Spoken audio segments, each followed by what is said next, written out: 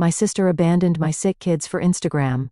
I let the whole family watch her implode live, then took back everything. So, I've been sitting here for like an hour trying to figure out how to even start this. Guess I'll just dive in and see where it goes. I, 32, male, am a single dad with 2 awesome kids. My daughter Clara, 9, and my little dude Jake, 6. Been doing this solo thing for about 3 years since my ex bailed on us. Not going to lie, it's been rough as hell sometimes, but we've got a good system now. I work my ass off at the office so I can be fully present when I'm home with them. We were doing pretty damn good, not perfect but solid. Then last month happened, and everything went to absolute shit. It started with this weird pain in my side while I was making dinner. Not terrible, just annoying enough that I popped some Advil and ignored it. By 3 o'clock in the morning, I was curled up on the bathroom floor sweating bullets. The pain was like someone stabbing me repeatedly with a hot knife. I knew something was seriously wrong but kept thinking, it'll pass, it has to pass. I've got the kids in the morning. When I couldn't even stand up straight by 6 o'clock in the morning, I had to face facts. I called my neighbor to watch the kids while I ran to urgent care real quick, and I drove myself there. The doctor took one look at me, and his face changed. You need emergency surgery now. Your appendix is about to rupture if it hasn't already. They were prepping me for transport to the hospital within minutes. That's when the real panic set in. Not about the surgery, but about my kids. My neighbor couldn't keep them beyond that afternoon, and my usual backup sitter was visiting family out of state. None of my friends could take them on 0 notice for multiple days.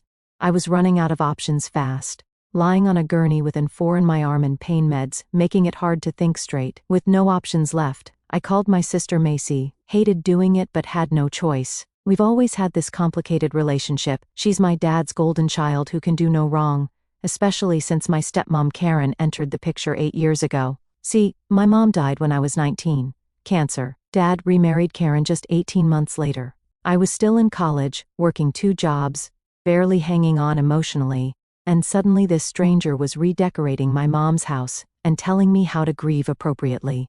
Karen had strong opinions about how a real man should behave, crying at mom's favorite song, week missing classes for therapy, lazy excuse. Meanwhile, Macy adapted perfectly, bonded with Karen instantly over shopping and social media. Suddenly they were besties while I was the outsider who made things awkward at family gatherings. Still, Macy seemed to love my kids though, at least when it was convenient for her Instagram aesthetic. She was always asking to take them to cute places for photo ops, buying them trendy outfits that matched hers, posting about being the cool aunt. It was superficial as hell, but the kids enjoyed the attention, and I figured some fake love was better than none. Hey, I hate to ask, but I'm in a serious bind, I explained, trying to sound normal despite feeling like death. Need emergency surgery. Could you possibly watch Clara and Jake for a few days? Doc says I should be out by the weekend. She sighed like I'd asked her to donate a kidney. I had plans this weekend, Matt. Important plans. I could hear her fake nails tapping against her phone screen. Macy, I literally need emergency surgery. My appendix. Fine, whatever, she cut me off. But you owe me big time. And you better have food in the house because I'm not grocery shopping. Not exactly the compassionate response you'd hope for, but when you're being wheeled into emergency surgery, you take what you can get. I made arrangements through a fog of pain. The hospital called my buddy Dave to grab the kids from my neighbors and drop them at my place where Macy would meet them.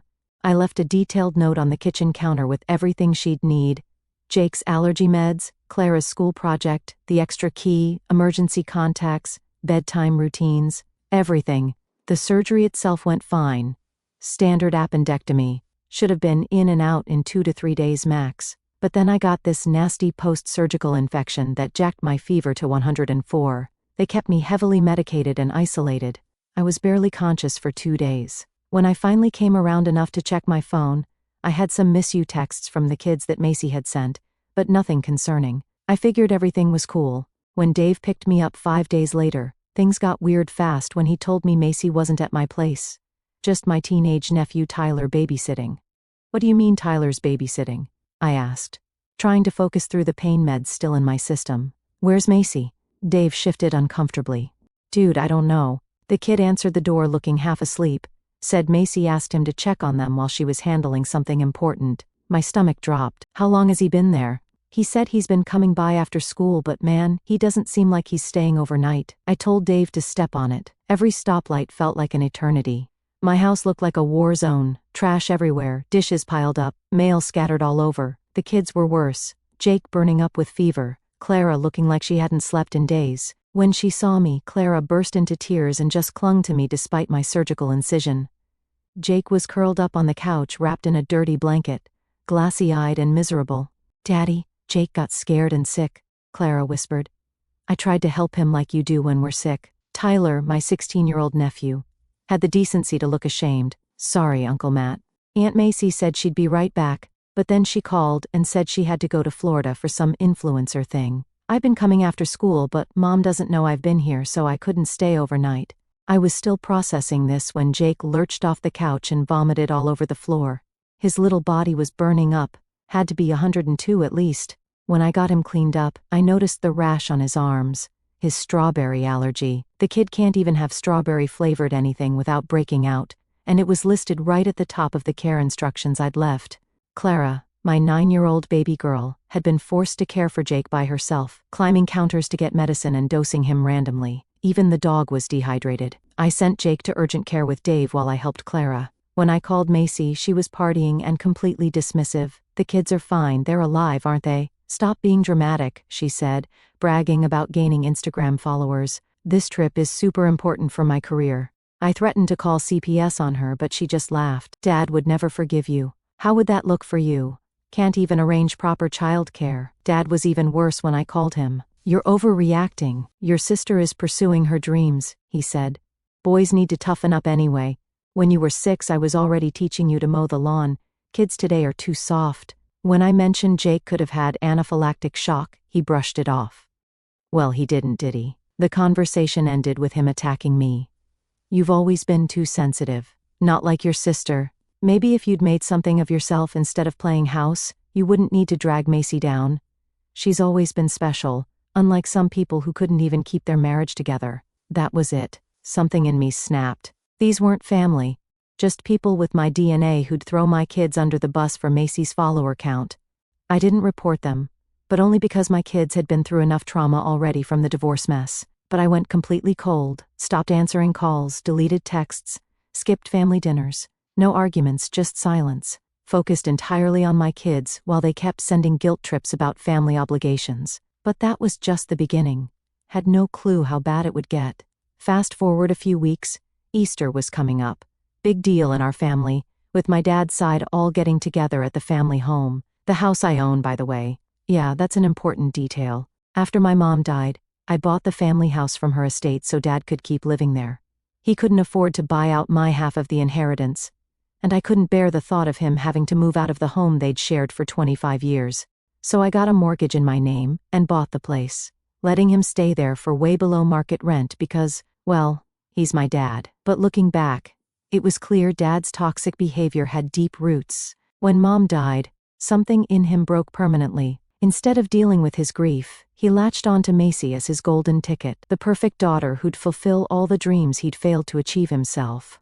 Karen only amplified this dynamic, seeing me as competition for Dad's attention and resources. Over the years, Dad's resentment toward me grew, especially after I became successful enough to buy Mom's house, a constant reminder that I, not he, was preserving Mom's legacy. He couldn't stand that his disappointment son was financially supporting him while his special daughter contributed nothing, so he immediately let Macy move back in temporarily after college. Then Karen started redecorating, tearing out Mom's garden to put in a hot tub, painting over the height marks on the kitchen door frame where Mom had tracked my growth. When I objected, Dad said I was being stuck in the past and needed to let Karen make the house her own. It was never about preserving Mom's memory for him. It was about his own comfort and convenience.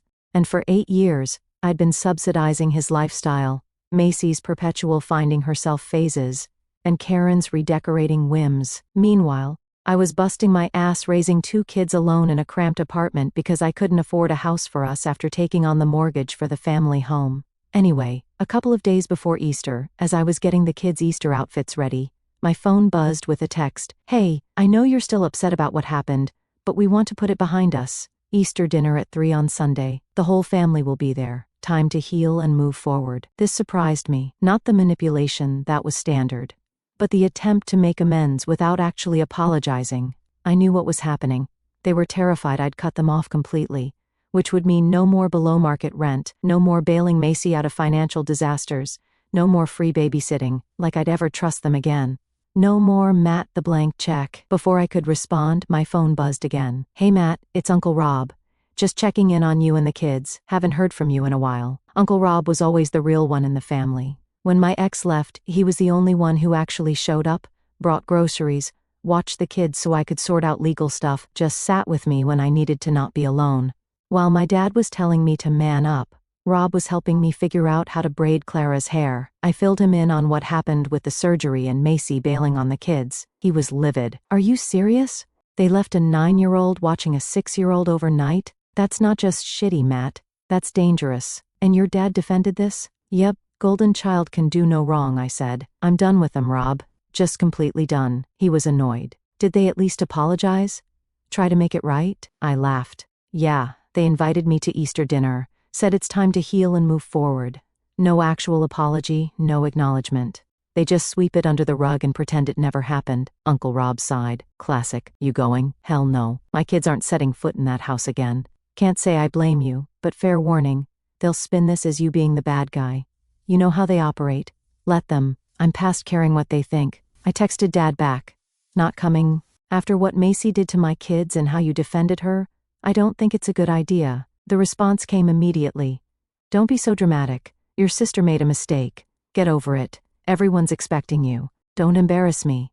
I laughed out loud at that one. So predictable. I told him it's not happening. That's when the gloves came off. He replied, "Fine. Stay home then. Nobody wants to deal with your attitude anyway. Probably better without you there bringing everyone down. None of the relatives even asked if you're coming. Nobody cares about you or your stupid kids. Mask off." This is who they really were. I should have cut them off years ago. I was about to throw my phone across the room when another text came through from my cousin Zoe. "Dude, are you really not coming to Easter? Your dad's telling everyone you have to work, and your sister's talking about how you can't handle being around successful people now. WTF is going on?" Zoe's always been the family gossip pipeline, but for once I was glad for it. I gave her the quick version of what went down. "Holy shit," she texted back. "That's messed up. But for your information, they're spinning this like you're the bad guy who's bailing on family. Karen's telling everyone you've been unstable since the divorce." "Let them talk," I replied. "I know the truth. Just thought you should know." Zoe added, "Also, heads up. Macy's planning to livestream the whole Easter thing for her Instagram. She's trying to become an influencer or something, keeps talking about her brand and content creation." That gave me an idea. I asked Zoe to keep an eye on Macy's livestream on Sunday, just to see what kind of nonsense they'd try to spin. She was all in. They thought they were safe, that I'd never pull the plug, never reclaim what was mine. But the truth is, everything they were using to prop up their little fantasy, the house, the internet, the phones, the damn cable, all of it was me. I built the ground they were standing on, and I could pull it out from under them any time I wanted. That night, I made plans with the kids to skip the family disaster and see a movie instead.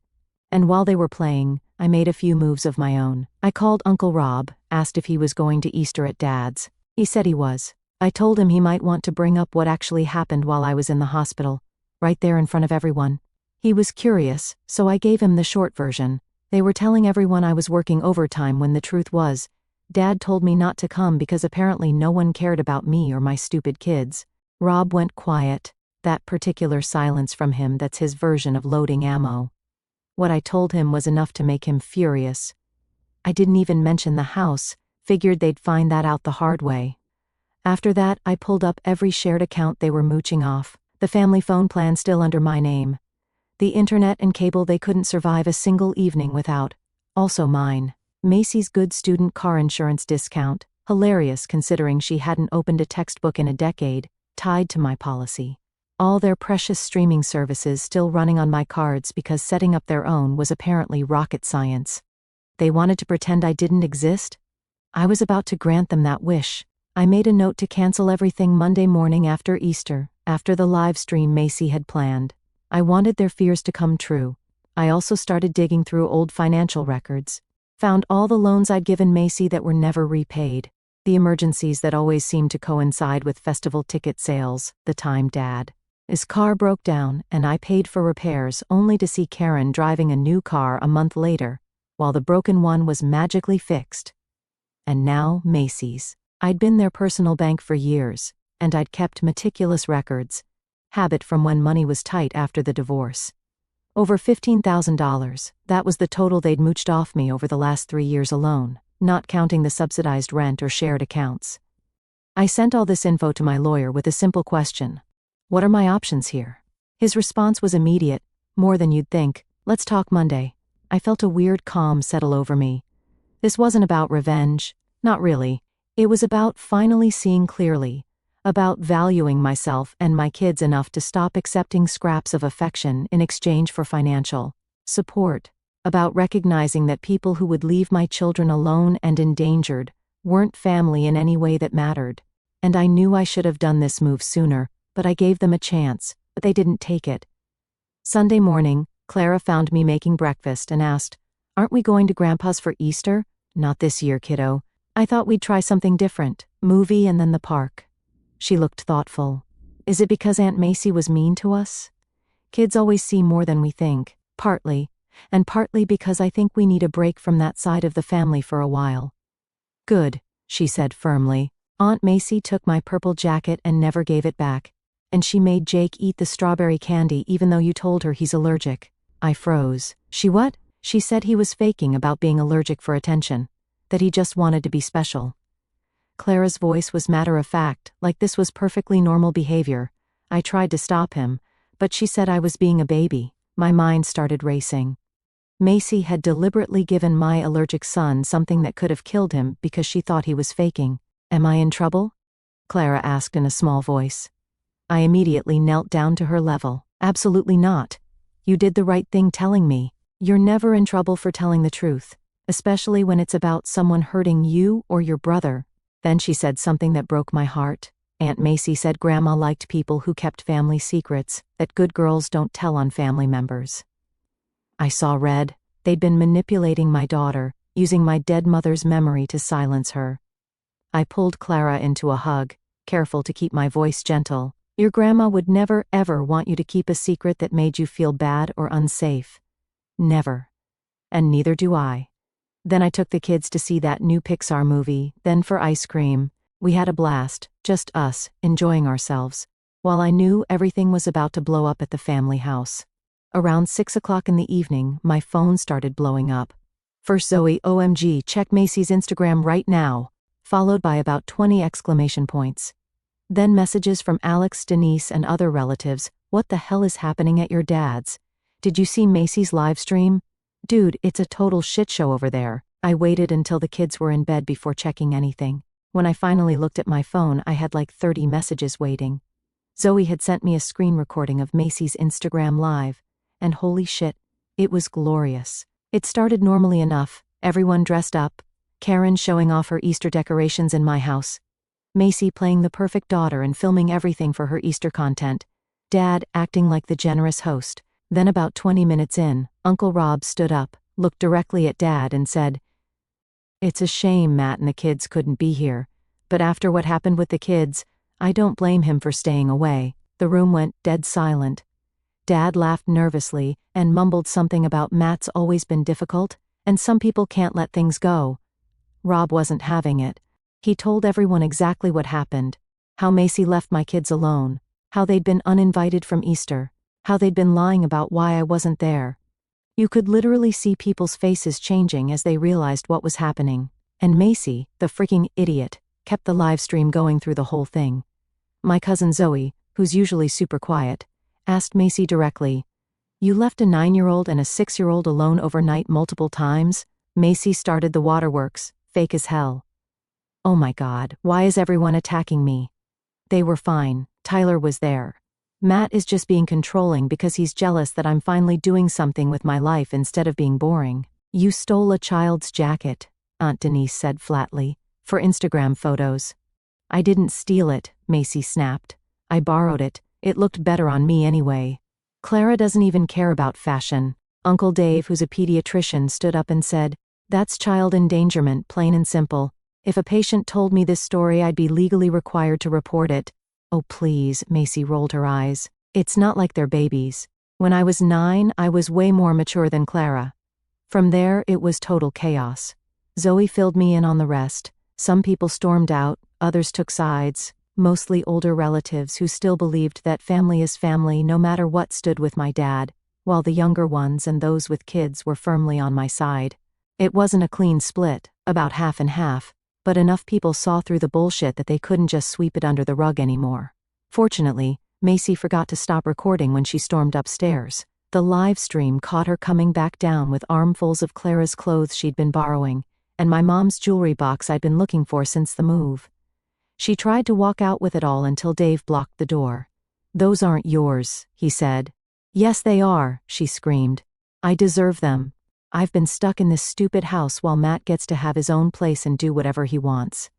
That's when Zoe dropped the bomb. "This is Matt's house. He owns it." The room went silent again. Several relatives turned to Dad and Karen. "Is that true?" Uncle Rob asked. Dad turned red. "It's complicated," he muttered. "It's not complicated," Zoe continued. "Matt bought this house from his mom's estate. You guys are living here because he lets you."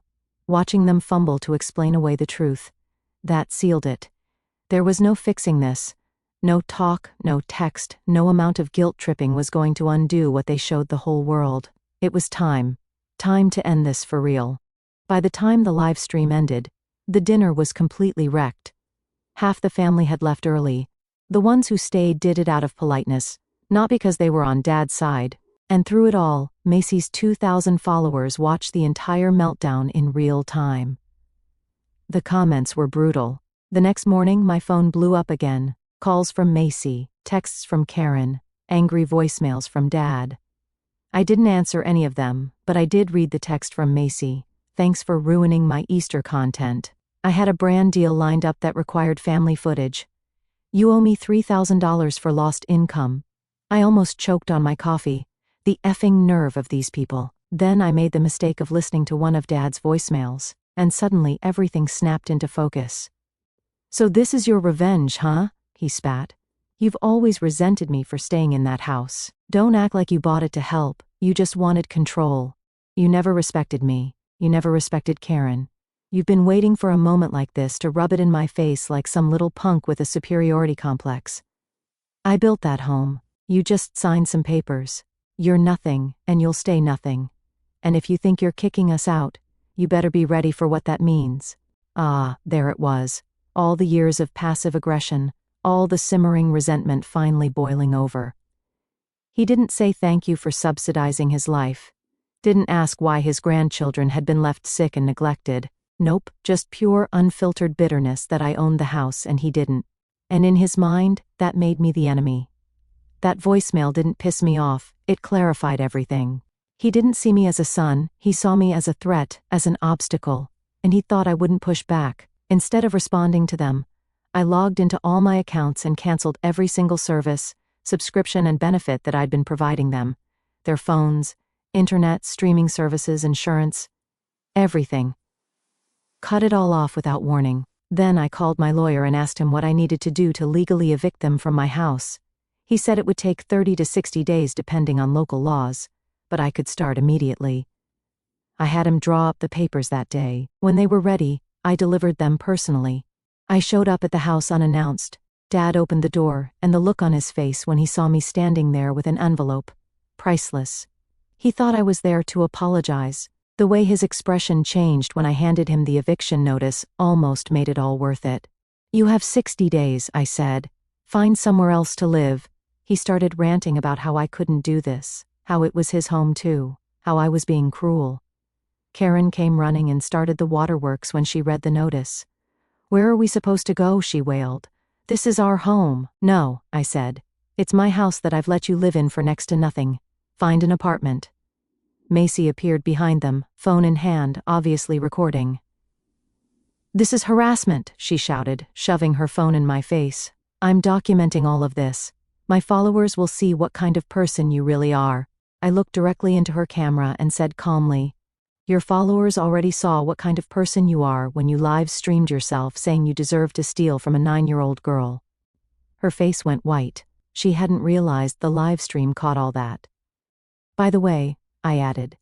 I canceled all your phones, internet, and Macy's car insurance this morning. You've got about, I checked my watch, 2 hours of data left before it cuts off. Enjoy. I didn't argue further, just said 60 days, not a day more, and walked away.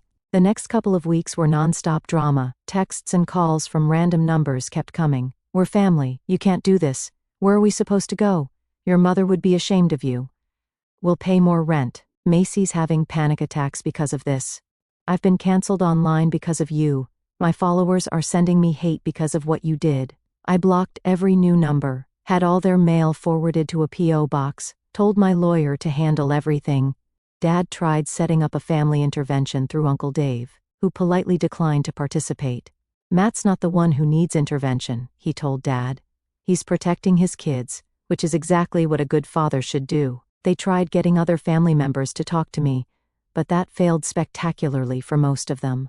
Uncle Rob told Dad, "You made your bed, now lie in it." Some relatives took their side, saying I was being too harsh, especially to my dad. But most of the ones who mattered understood exactly why I was done with their bullshit. My dad's sister, Aunt Martha, showed up at my door one afternoon, Bible in hand. "Matthew, this has gone on long enough. Your father is devastated. You need to forgive and forget. The Bible says." "Did Dad tell you he called my kids stupid and said no one cared about them? Did he mention that part?" She hesitated. "Well, he was upset." "Yeah, I was upset too when my sister abandoned my children and they got sick. Funny how my being upset doesn't excuse anything, but his being upset excuses everything. But he's your father. And I'm Clara and Jake's father. Which relationship do you think matters more to me?"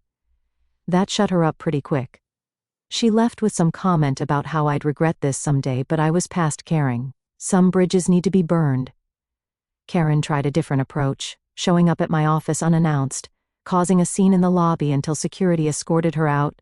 She sent a group email to my entire extended family detailing all the ways I'd abandoned my father since my mother died, conveniently omitting the fact that I'd been paying his bills the entire time. Even when they finally realized I was serious, they still couldn't take responsibility. It was always someone else's fault. Always some excuse. Always some reason why they were the real victims. They were out in 45 days, found an apartment across town. I had the locks changed the same day they left. Walked through the trashed house they'd left behind and felt nothing but relief. This house that had been a source of so much stress was just a house again, my house. The kitchen looked like a bomb had gone off. They'd taken all the appliances that they'd paid for, narrator, they hadn't, leaving gaping holes where the microwave and dishwasher used to be. The backyard was littered with broken furniture and random trash they couldn't be bothered to take or throw away properly. Standing there looking at the mess they'd made of the home my mom had lovingly maintained for decades, I felt oddly at peace. This was who they were, destructive, selfish, petty. And now they were gone. I spent the next week cleaning, repainting, fixing all the shit they'd broken or neglected. Got rid of the furniture that held too many bad memories.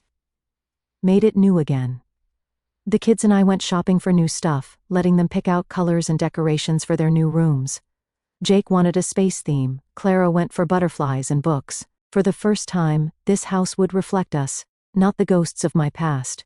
Neighbors stopped by, curious about the sudden exodus of my family and the flurry of renovation activity. Most hadn't even known I owned the place. "Always thought it was your dad's house," Mrs. Wilson said, bringing over a casserole. "Never understood why such a successful young man like you was living in that tiny apartment when your sister was living here rent-free." Word got around the neighborhood quickly. People started sharing stories about Macy's entitled behavior, parking across driveways, letting her dog shit on lawns without cleaning up, throwing loud parties on weeknights. Turned out my family had been awful neighbors too. The kids and I moved in the following month. Clara was psyched about having a bigger room. Jake went nuts over the backyard. For the first time in years, I felt like I could breathe. I didn't hear from any of them for almost 2 months. The silence was glorious. Then one Tuesday afternoon I got a call from Uncle Rob. "Matt, your dad's in the hospital. Heart attack. It's pretty serious." I didn't know what to feel. Part of me wanted to say not my problem and hang up.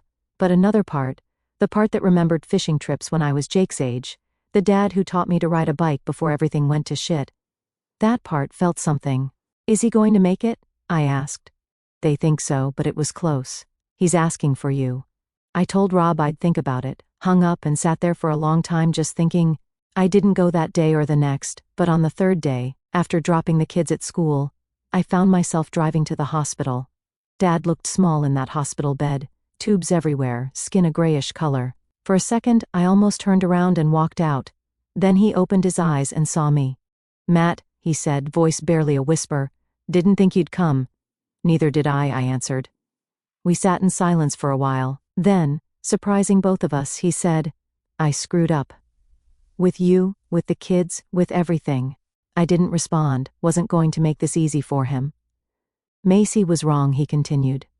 "What she did, leaving the kids, it was wrong. And I was wrong to defend her." I studied his face, looking for the manipulation, the angle, but all I saw was an old man facing his mortality. "Karen left," he said. "Took most of what we had. Couldn't handle the apartment after having the house. Macy moved in with her boyfriend. Hardly see her anymore." "Let me guess," I said. "Boyfriend's a photographer who's helping with her influencer career." He gave a weak laugh. "Something like that. Turns out, her following wasn't as valuable as she thought. Boyfriend's already talking about someone with more reach, whatever that means." I still didn't say much. "I'm not asking for anything," he said. "Not forgiveness, not money, not to come back. Just wanted to say it before what?" I asked. "Before I can't anymore." I nodded, stood up. "Get some rest," I said and walked out. I didn't feel the closure I expected, didn't feel the satisfaction or vindication. Just felt done, like the last page of a shitty book I'd been forced to read for years had finally been turned. I didn't visit again, but I did send flowers when he was released. Not out of obligation, just because it felt like the right thing to do. A couple weeks after Dad got out of the hospital, I sent him a message. Just one line: "You don't owe me anything, we're good." And forgiveness doesn't mean forgetting, and it sure as hell doesn't mean rebuilding burned bridges. But I already took back everything that was mine: the house, my peace, my dignity. I didn't need revenge anymore. I already won. Then, like clockwork, Macy reached out, said she was between gigs and needed help covering rent. Claimed she was manifesting a fresh start and just needed a little boost. I replied, "Try manifesting a real job." Then I blocked her number and moved on. Simple as that. And yeah, me and the kids are good. Actually, we're better than good. House is ours now. Peace is ours. And for the first time in a long time, so is the quiet.